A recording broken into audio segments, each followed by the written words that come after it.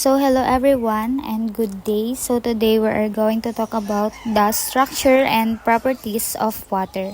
So meron tayong tatlo na properties of water, which is the universal solvent, high latent heat of vaporization, and high specific heat capacity. So yung tatlong yon ang ating pag-aaralan ngayon.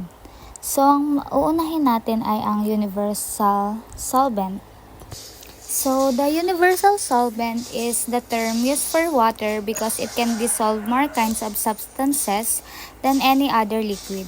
This does not mean that water can dissolve everything, but it can dissolve many substances such as salt, sugar, and some minerals. So, kapag ang isang substance po ay inilagay sa tubig, ang maliliit na molecules ng tubig ay pumapalibot sa mga particles ng substance at unti-unti itong hinihiwalay hanggang sa pantay na maghalo ang mga ito.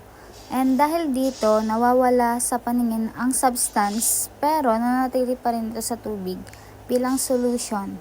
And mahalaga ang katangian ito ng tubig dahil nakakatulong ito sa maraming proseso sa kalikasan at sa ating katawan.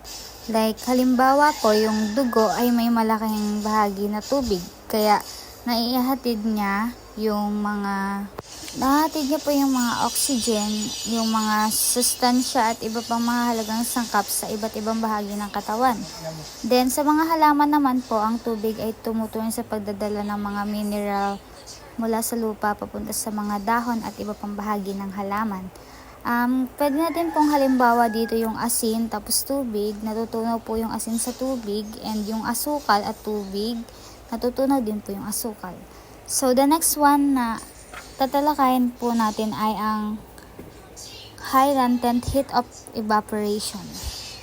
So, ang high latent heat of vaporization naman po, it means that water requires a large amount of heat energy to change from a liquid into a gas.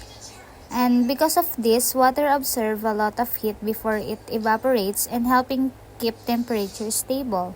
So, ang high heat of vaporization naman po ay ito po yung tubig na mas nangangailangan ng napakaraming init bago po ito magbago mula sa liquid and tungo po sa singaw, like yung vaporization nga po. And hindi agad nagiging singaw ang tubig kahit umiinit ito dahil kailangan po muna nitong sumipsip ng malaking dami ng init, and ang init na ito po ay ginagamit para paghiwalayin ang mga molecules ng tubig dahil malakas ang pagkakadikit-dikit ng mga molecules ng tubig. And kailangan ng maraming energy bago sila tuluyang magkahiwalay-hiwalay at maging singaw. Kaya mas matagal uminit at ang tubig kumpara para sa ibang mga likido. And ang katangiang ito ay napakalaga sa ating katawan at sa kalikasan. Kapag tayo ay pawis, ay sumisip-sip muna ng maraming init mula sa ating balat bago ito sumingaw. And dahil ang ating katawan po ay lumalamig, and lumalamig po yung katawan natin at hindi din po siya madaling mag-overheat. Ganito rin po ang nangyayari sa mga halaman sa pamamagitan po ng transpiration, kung saan ang tubig na sumisingaw mula sa mga dahon ay tumutulong upang hindi masyadong uminit ang halaman. And the next one naman po is the high specific heat capacity. So, ang high specific heat capacity po means that water can absorb or release a large amount of heat without changing its temperature quickly, and this helps keep temperature stable.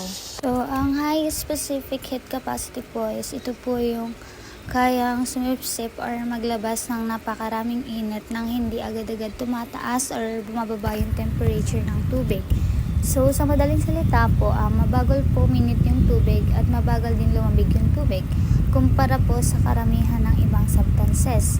Then, nangyayari po ito dahil ang mga molecules po ng tubig ay magkakadikit ng mahigpit dahil sa hydrogen bonds, and kapag may init na ibinibigay ang tubig, hindi agad tumataas ang temperature nito dahil ang malaking bahagi ng init ay ginagamit mo muna po upang paghiwalayin o paluwagin ang pagkakadikit-dikit ng mga molecules. And dahil dito, kailangan po na mas maraming init bago tuluyang uminit ang tubig. And ang mga ganito pong katangian is ay mahalaga din po dahil marami pong tubig sa katawan ng tao and napapanatili po nito halos pare-parehas ang temperature ng ating katawan kahit mainit o malamig ang panahon. And mahalaga rin po ito sa kalikasan dahil ang mga dagat at ilog at lawa ay hindi agad umiinit sa araw at hindi rin agad po lumalamig sa gabi. Kaya po nakakatulong ang mga ito sa pagpapanatili ng balanse ng klima. And that's all po for our structure and properties of water.